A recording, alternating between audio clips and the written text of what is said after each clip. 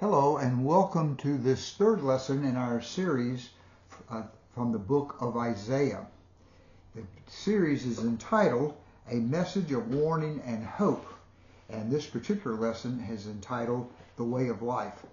In this lesson we'll be looking at a passage from chapter 26 and then another passage from chapter 35.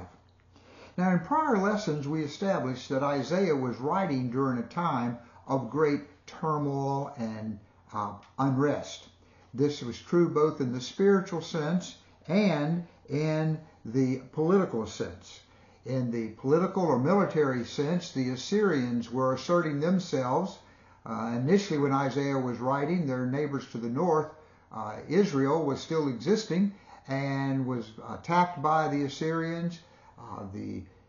Judah made a treaty with the Assyrians, and then after the Assyrians defeated Israel and Syria to the north, they then broke the treaty and attacked Judah.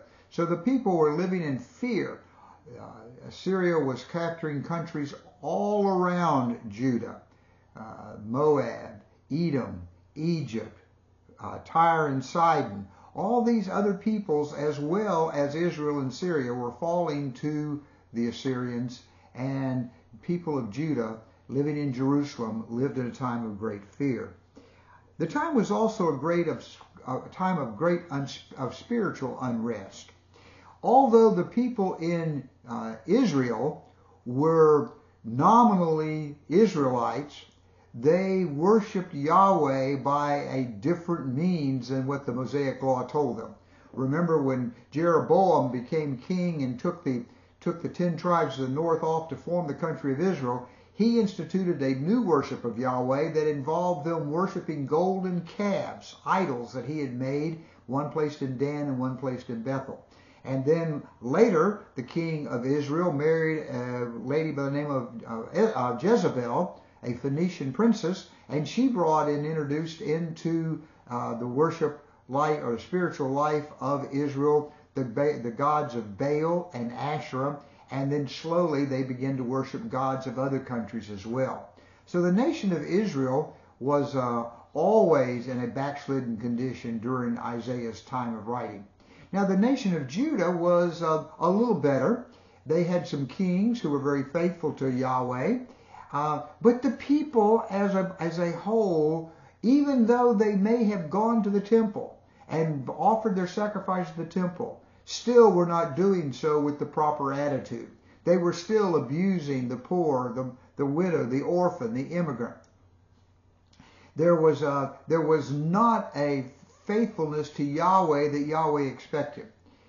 While they may have been offering the animal sacrifices at the temple as prescribed by the law, they saw that as a means of earning God's favor. In other words, they felt like because they offered the sacrifice the way the law said, God owed them a relationship with them. And this was totally contrary to God's plan. In fact, Isaiah even writes about the fact that they would come to the temple and offer their sacrifices, and the whole time they're at the temple offering their sacrifice, their mind is running to the next week, deciding how they're going to take advantage of the poor, the orphan, the widow. So it was a time of great political unrest and a time of great spiritual unrest. And Isaiah is writing, and as we said, his writings are messages of judgment, a warning of judgment, and are also messages of hope. He gives a dire picture of what's going to happen in God's judgment. But then he turns around and gives great pictures of hope. And it is in a couple of passages that are dealing with this message of hope that we'll be looking at in this particular lesson. As I said, we begin this lesson with a passage from chapter 26. Now remember, we said that the book of Isaiah can be divided into two parts.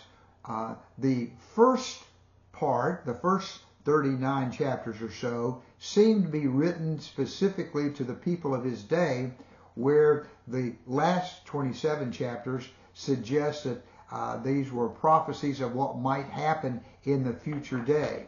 And sometimes those prophecies are looking to the coming of the Messiah, and sometimes they were actually going to that final day of judgment when the Messiah returns the second time and establishes God's eternal kingdom. But let's start now in chapter 26 with verse 1, another message of hope. And he's talking now about peace. You see, in verse 1 of chapter 26, it says, "In that day, this song will be sung in the land of Judah." In that day. It's in the future. It's a prophecy of what's going to happen in the future. Now, some suggest that this was referring to the time when the exiles would return from Babylonian captivity, about 538. Now, Isaiah has been dead over 100 years before they go into captivity in 586, but some of them come back in 538, and some suggest that this is describing the events of that day. However, he says in that day, and that's many times used as a reference to the coming of the Anointed One. And we looked at the passage about the coming of the one anointed by God. And remember, Anointed One is in Hebrew the word Messiah, or in Greek is the word Christ. And so some suggest this is prophesying the coming of the Messiah. He says there in verse 1 that we have a strong city. God makes salvations its walls and ramparts, open the gates that the righteous nation may enter, that the nation that keeps faith. And many suggest that this was not referring necessarily to the return of the exiles, because when the exiles returned, the city was in shambles. And then it took a long while, before they actually got the walls rebuilt. They built the temple fairly quickly, 15 years or so, but it was many, many years before they got the walls rebuilt. So many suggest we're now speaking of the day when the Messiah comes. Starting with verse 3, we have what in effect is a song or a psalm. Now he started off and said, in that day this song will be sung, and now he's going to tell us what it is that will be sung. From his perspective, future tense, in that day, understandably, from our perspective, when the Messiah comes, this is the song that will be sung. You will keep in perfect peace him whose mind is steadfast, because he trusts in you. This is the song being addressed to God, saying to Yahweh, you will keep in perfect peace. Now the NIV translates that perfect peace. The Hebrew is actually, for peace, is the word shalom. And remember, shalom is more than simply the absence of conflict. Shalom is talking about a deep contentment, a satisfaction, a security. So when we talk about shalom, we're talking about more than simply peace at a superficial level, absence of conflict, but we're talking about a deep inner satisfaction, security, a deep contentment. Now, the NIV says perfect peace. Technically, the Hebrew, it says shalom, shalom. In other words, it's the same word repeated twice for emphasis. And thus the NIV translators translate this perfect peace to suggest this is more than just simple peace. This is the peace that only God can give. So he says, you will keep in this deep contentment, this deep peace, this secure relationship, those whose mind is steadfast. Whose mind is steadfast. We're talking about now focused. We're talking about centered. Now, the opposite of this is one who is steadfast on himself. He says, you will keep in perfect peace him whose mind is steadfast, because he trusts in you. In other words, it's the one who is focused on God because he trusts in God. Now, the steadfastness leads to trust, and the trust leads to peace. So we've got this idea that the one who is focused on God can rest, can lean on God. He trusts in God, and he leans on God. Now, the implied contrast is the one who is not steadfast on God, who's not focused on God, focused on himself, he's leaning on himself. He's not trusting in God, he's trusting in himself. And exactly that has been illustrated in Isaiah's time.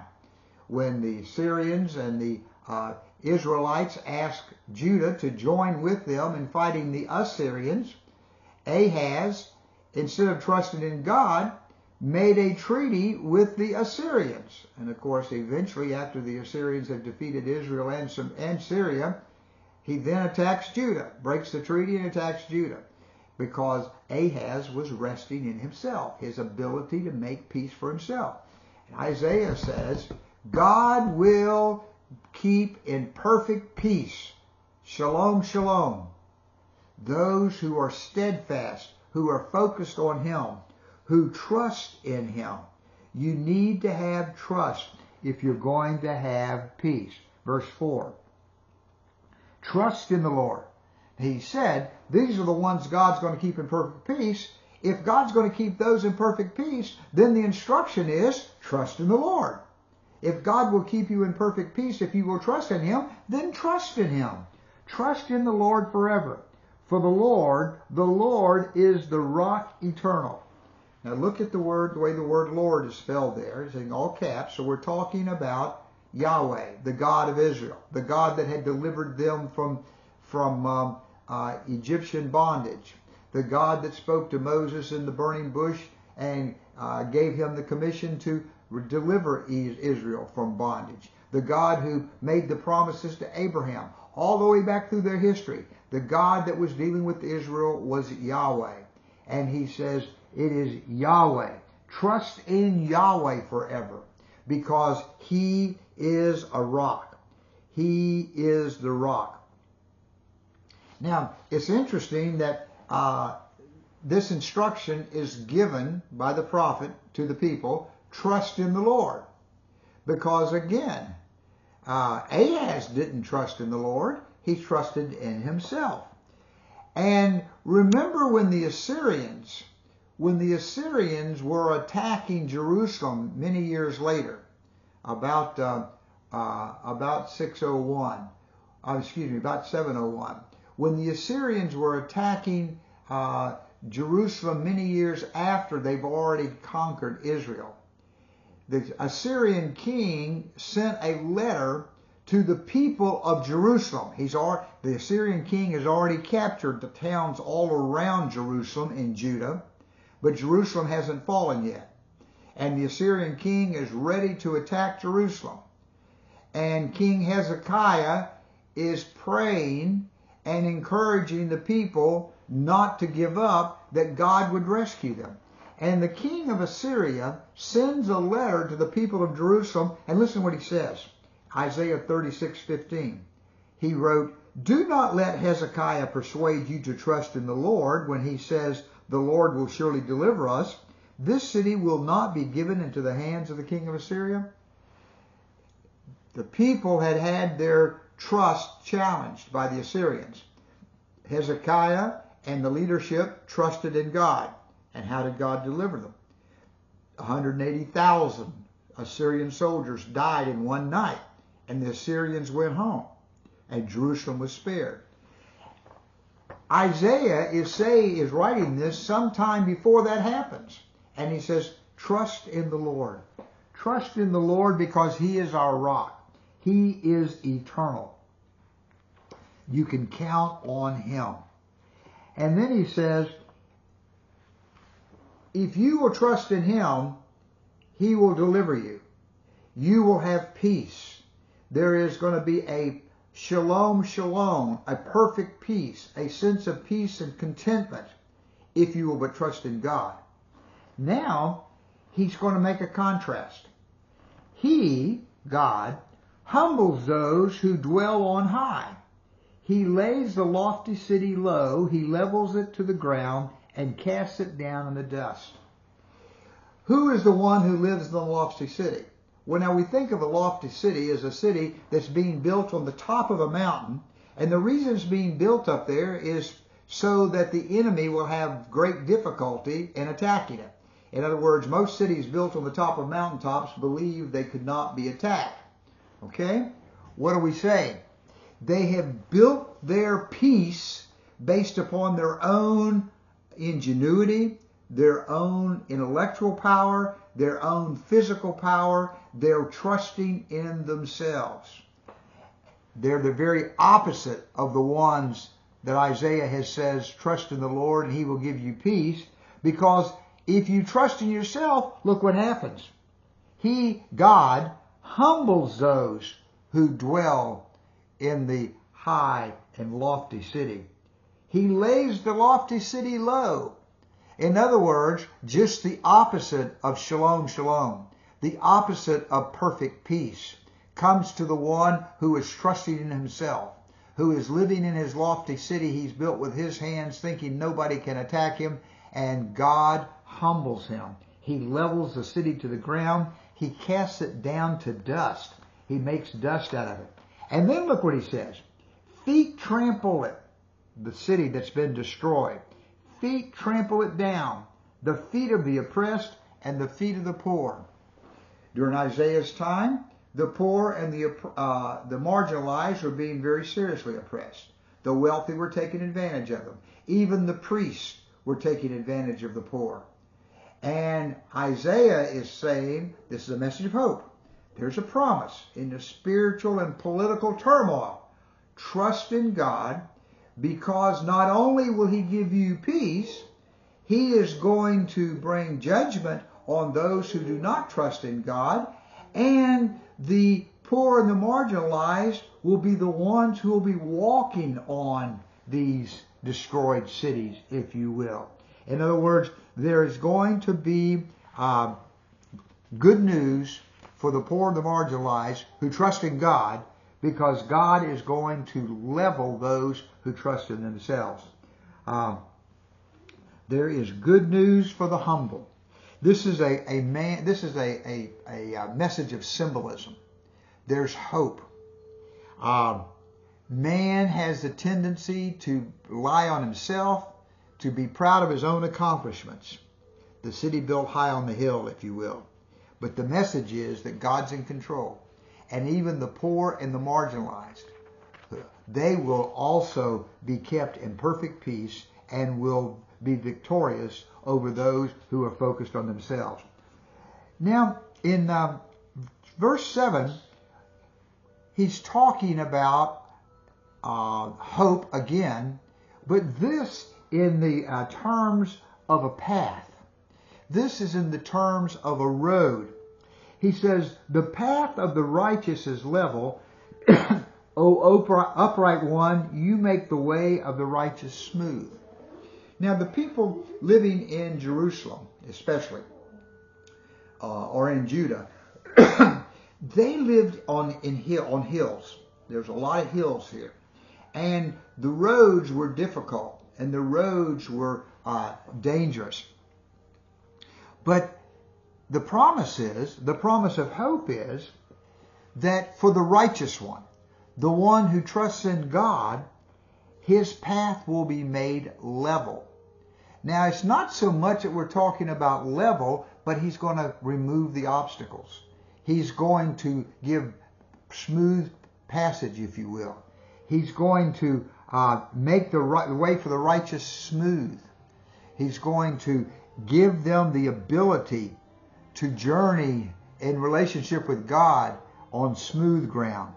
God provides. Now, he says, O upright one, you make the way. He's referring to God. He's referring to Yahweh. And he says, you make the way smooth for those who are totally committed to you, for those who are righteous. Verse 8, yes, Lord, Yahweh, yes, Lord, walking in the way of your laws, we wait for you. Okay, there's another description of who it is that's righteous. The one who's walking in the ways of the law. And he says, walking in the ways of your laws, we wait for you. Now, the idea of them waiting suggests trust that is patient. This is not all going to happen immediately the next day. So he says, we walk in your laws, patiently waiting and trusting you that you are going to fulfill these promises of hope. You're going to bring for us and to us this peace that you promised us. He says, we wait for you. Your name and renown are the desire of our hearts. Now this describes how it is we are to wait. He says, your renown and your name, identifying with God and identifying with His glory. This is the desire of our hearts. The desire of our hearts is talking about our focus, our perspective, that which motivates us. You have two choices. You're either, the desire of your heart is for God, or the desire of your heart is for self. Self, temporal, physical. Okay?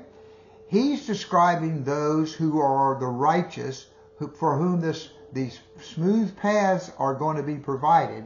And he says, we are the ones who wait for you, patiently trusting. And then he says, my soul yearns for you in the night, and in the morning my spirit longs for you. God is the desire of my heart. I am totally committed. At nighttime, that He is the center of my thoughts. In the daytime, He is the center of my thoughts.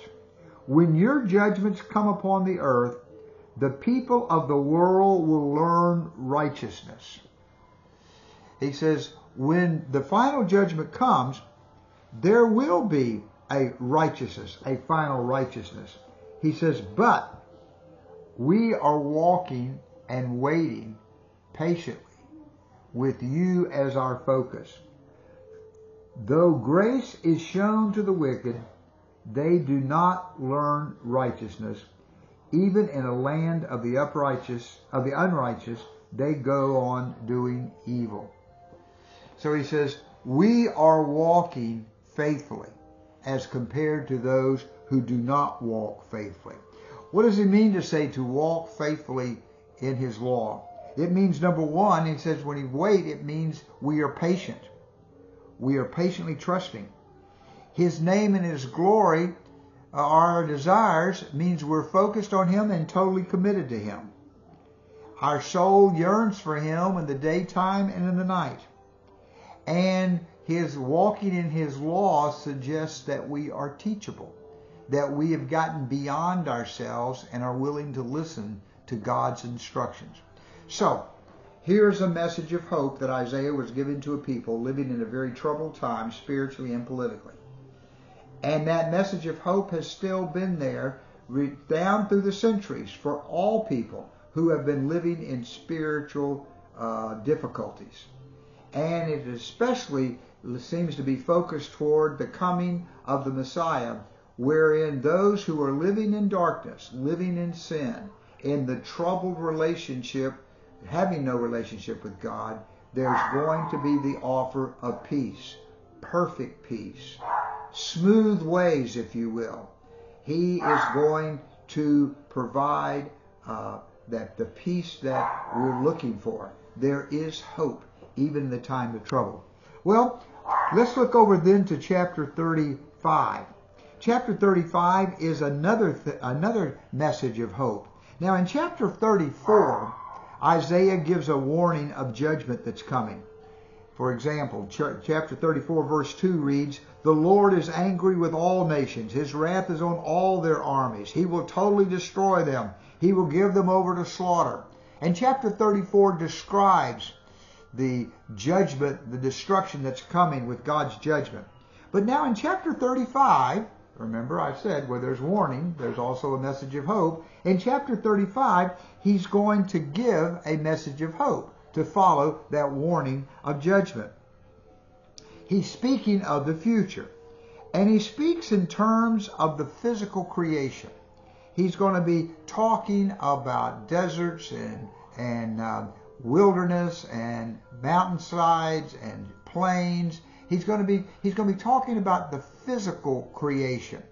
Now, some suggest that this is a promise or a reference that when God establishes his eternal kingdom, he not only will reclaim, redeem mankind, but he also will redeem creation and restore the creation to the beauty and the perfection that it originally had. That's the hope that some have. Others see this as being more symbolic, that this talking about the transformation of creation is talking about the transformation that comes with the coming of the Messiah, that he would totally transform man's relationship with God and set up that eternal kingdom. Well, let's look at what chapter 35 has to say as a message of hope. The desert and the parched land will be glad. The wilderness will rejoice and blossom. Like the crocus, it will burst into bloom. It will rejoice greatly and shout for joy. The glory of Lebanon will be given to it, the splendor of Carmel and Sharon. They will see the glory of God, the splendor of our God. Okay? He starts off, as I said, using images of creation, images, geographical locations that the readers would be familiar with. And he starts off talking about the desert and the parched land. And we know in that area of the world, the desert was very, very dry. And the parched land was without water, dry, unproductive, dead, if you will. He says the desert and the parched land will be glad, suggesting there's something positive that's going to happen to it. Where it is normally dead, dry, unproductive, which would be all reasons to be sad, he says it's going to be glad, transformed, changed. Okay? The wilderness will rejoice and blossom. Now, they had a little bit of an image of what this is all about. For you see, in the dry seasons there, it was very, very dry, and there would be areas of just absolute parched, dry, non-productive areas. But then when the rains came and the rivers came flowing down out of the mountains, some of those areas would suddenly bloom and blossom and become very productive. And they had seen how this change could take place with the rivers and the rain. And of course, the rivers and the rain, they understood, were provided by God. They had seen some of that transformation. And this is what he's talking about. He says, those places which are dry and parched will be glad. The wilderness will rejoice and blossom, spring forth with flowers where it had been dead and dry. Like crocus, it will burst into bloom. Crocus is a type of flower. Now, there's not a real good consensus as to exactly what flower it was. Some suggest it's like a lily. But suddenly, there's going to be all these flowers growing where there had been dried, dead, unproductive land. And you see the transformation we're talking about, and you can see how symbolically that could be interpreted to be a message of hope. He says, the dry lands, will rejoice greatly and shout for joy. What has been dead and dry and unproductive is now going to blossom and be full of joy, a great time of celebration. The glory of Lebanon will be given to it. Now, we're still talking about the parched land, the wilderness. The glory of Lebanon will be given to it. Lebanon was known for its thick forest of cedar trees. Cedar trees that grew because there was the proper soil and there was the proper water. Cedar trees that were strong and valuable and used for construction. This was considered lush, productive, promising. And he says, the glory of Lebanon, all the positive aspects of the cedar trees will be given now to this dry, parched land. You see? Transformation. Imagery of transformation. He says, the splendor of Carmel and Sharon. They will see the glory of the Lord and the splendor of our God. Sharon was a plain, flatland, that is located on the eastern end of the Mediterranean Sea, that runs north and south parallel to the coastline of the Mediterranean Sea, just inland, and it ends in the north at Mount Carmel. The plain of Sharon was known for being productive. For you see, there were 4 rivers that flow out of the mountains in the north that come into this plain area.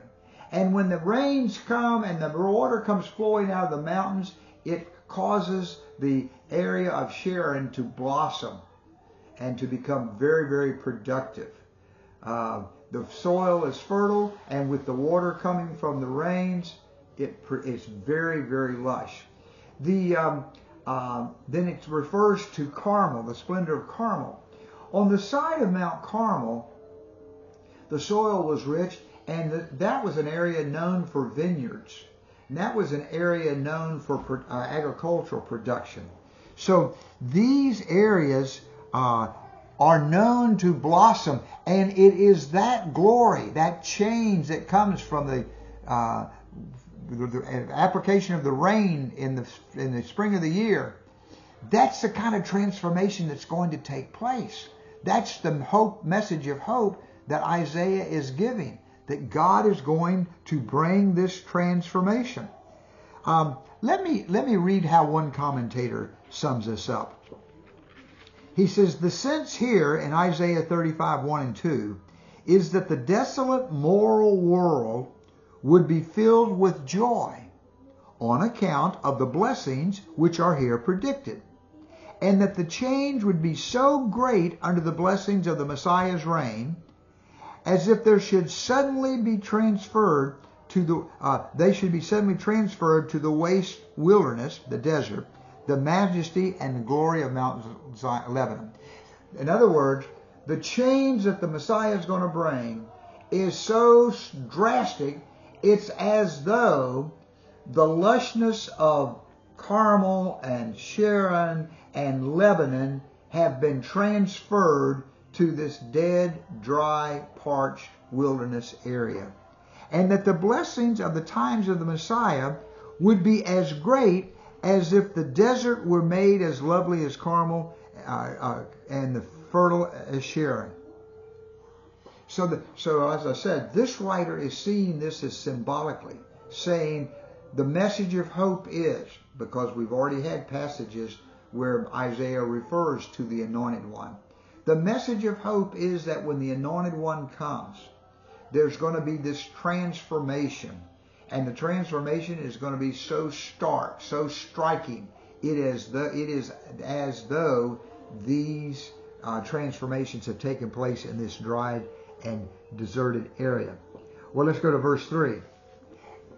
Based on that hope, the instruction is, strengthen the feeble hands, steady the knees that give way, say to those with fearful hearts, be strong and do not fear, your God will come.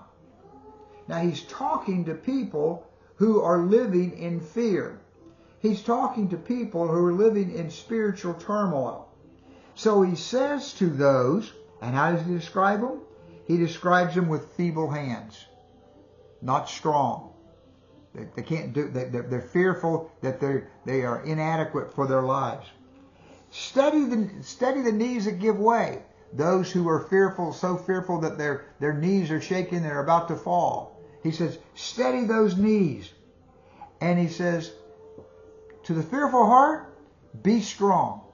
Now, how can you say be strong? How can you say to the fearful hands, steady the knee? How can you say steady the knees? How can you say strengthen the feeble hands? Here's the reason you can say it. Your God will come. There's the promise. There's the promise of hope. Your God will come. Even though things look terribly fragile with the Assyrians, even though the majority of the people are not obeying Yahweh, to the remnant, he says, hold on. Your God will come. He will come with vengeance and with divine retribution. He will come to save you.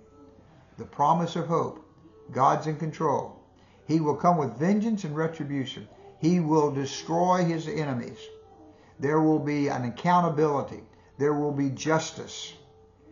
But you trust in him, the righteous, walking in his laws, trusting in him and focusing on him day and night.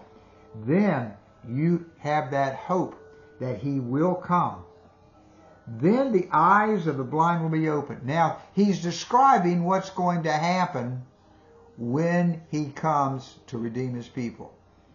He says, then will the eyes of the blind be opened, the ears of the deaf unstopped, then will the lame leap like a deer, and the mute tongue shout for joy. Water will gush forth in the wilderness and streams in the desert. The burning sand will become a pool, the thirsty ground of bubbling springs. He's talking about the changes that will take place. Now, there's going to be this time of transformation when the Messiah comes. When the Messiah comes. Now, some read this as being just symbolism, saying that when God comes, he will transform everything. Okay? And that these eyes seeing, mute tongue speaking, deaf hearing, these are all transformations that God will do. Some reads this that, as I said, when he comes to redeem man, he will restore creation as well. Christian commentators, however, from our perspective, look back and they see this as specifically a reference to the coming of the Messiah. And one of the reasons we do that is we have that quote of Jesus, where Jesus quoted Isaiah partially. Let me read a portion to you. When John the Baptist was in prison, he became discouraged and began to wonder if Jesus really was the Messiah he had proclaimed him to be. When John's disciples brought this question to Jesus, he replied, "Go and tell John the things you hear and see. The blind see, the lame walk, lepers are cleansed, the deaf hear, the dead are raised, and the poor have the gospel preached to them. Blessed is he who is not offended because of me." That was Matthew 11, 4 through 6. Now, if Jesus didn't use the exact words of Isaiah 35, he certainly used the idea of Isaiah 35. Jesus, the Messiah, had come to bring God's salvation, and that would be accompanied by miraculous power. And I would add to that, that would be accompanied by miraculous transformation. Well, let's go on. He says, then the lame will leap like a deer, the mute tongue will shout for joy, water will gush forth in the wilderness, streams in the desert. There's that transformation of nature again. The burning sand will become a pool of thirsty ground of bubbling springs. Again, that transformation of nature. And then he says, and in the haunts where the jackals once lay, grass and reeds and papyrus will grow. Now what he's talking about there is there are portions of the wilderness that were very dry, and the only thing that lived out there were these animals we call jackals. And he says, but in the transformation is going to be so complete that we're going to have reeds and papyrus growing. Now what does it take for reeds and papyrus to grow? Water. Reeds and papyrus only grow in standing water. So he's talking about, again, this extreme and transformation that's going to come. Then he makes a reference to, again, to a way, a highway. Then he begins to use a different picture of God's provision for his people. Now, as I mentioned before, in Isaiah's day, the appreciation for a good road was great because they had so many bad roads. They had so many, well, for example, if you were living in Jerusalem and you were to leave Jerusalem, you would have to go down a mountainside. That's why you always go up to Jerusalem and down from Jerusalem, no matter which direction, north, south, east, or west, you're walking. As you go down from Jerusalem to the east, going toward Jericho, and you remember the story of the Good Samaritan takes place from Jericho, that is sometimes referred to as the shadow of the valley of death because it was so dangerous. Thieves, wild animals could hide and attack the travelers on the road. So the roads coming out of the mountains were very, very challenging, and they had this understanding of the challenges of that kind of road. He uses that imagery here to give them an understanding of how changed things will be, how God will change the order of things and provide for man this shalom, shalom. Look what he says. And a highway will be built there. God's going to build a road. It will be called the way of holiness. It's going to be called the way for God's people. Let me just stop right here and suggest what we're talking about here is a imagery that I'd suggest is expressed in the statement we use in our colloquial today. We often say salvation is a journey, not a destination. It's a journey. And therefore, how do we walk? How do we travel on this journey to build our relationship with God? God redeems you, but then you travel in your way. You grow in His grace. How does this happen? Well, he says a highway will be built. God will provide the way. It will be called the way of holiness. Now let's see how he describes this way. The unclean will not journey on it. It will be a way for those who walk in that way, holiness. Those who walk in righteousness, those who walk focused on God, trusting in Him, walking in His law. It'll be a way for them. The unclean won't walk on that way. The wicked will not go about it. The wicked will not be allowed there. No lion will be there. This is the fear of the attack by the wild animals. There won't be that type of fear. Nor will the ferocious beasts get on it. They will not be found there. In other words, there's going to be that removal of danger. God is in control, and you can be secure in trusting Him. But only the redeemed will walk there. The ransom of the Lord will return. The redeemed, those who are faithful. These are the ones who will walk on this way, and this goes right back to our prior passage about the perfect peace. They will be kept in perfect peace as they walk on this way. They will enter Zion with singing. Everlasting joy will be their crown, will crown their heads. Gladness and joy will overtake them, and sorrow and sighing will flee away. They're going to Zion. Now, as I said, some would translate this or say that this was fulfilled when the exiles came back from Babylon.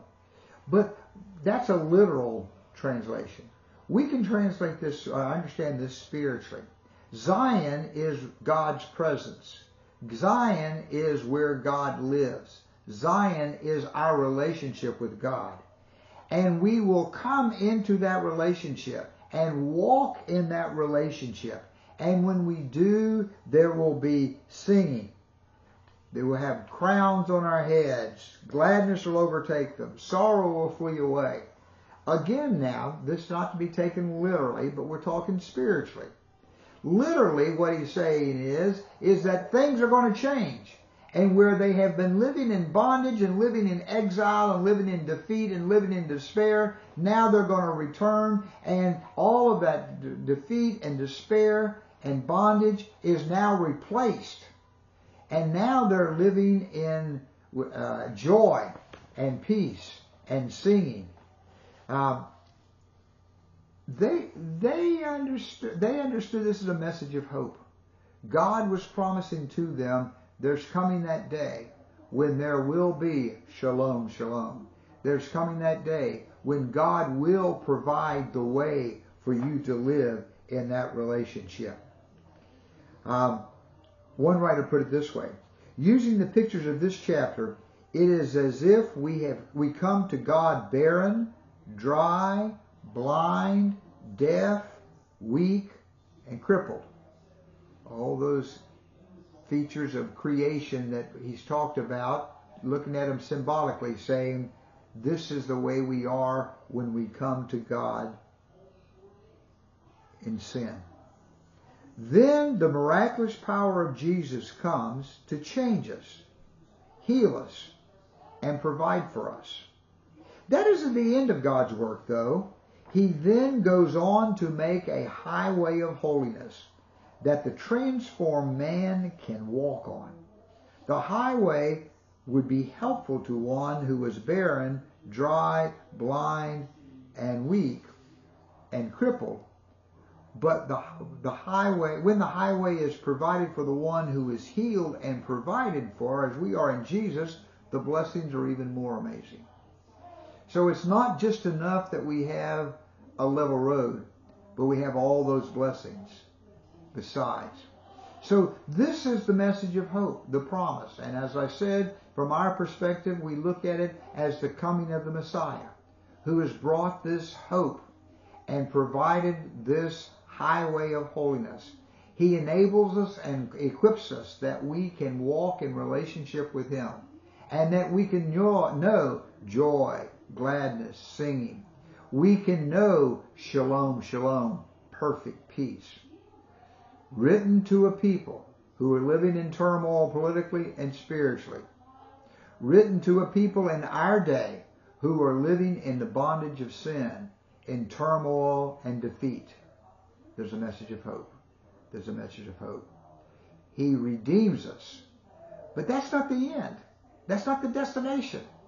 He redeems us and then provides the highway for us to walk. Trusting in Him, patiently waiting, obeying His instructions. And that leads to singing, joy, and happiness. There's the message of hope for people who are suffering and in trouble. Let's pray. Father, we thank You for a reminder of the message of hope. We thank You for that hope that You have placed within us. We pray this week we would be sensitive to those who are still living in the dry and parched wilderness. May we share with them the blessings that we know. May we be faithful to provide the message of hope to those who need to hear it. We thank You for what You have done for us. And we thank You for what You're going to do through us this week as we commit ourselves to waiting and watching and patiently obeying, trusting in Your word day by day. Thank You. In Christ's name, amen. Thank you.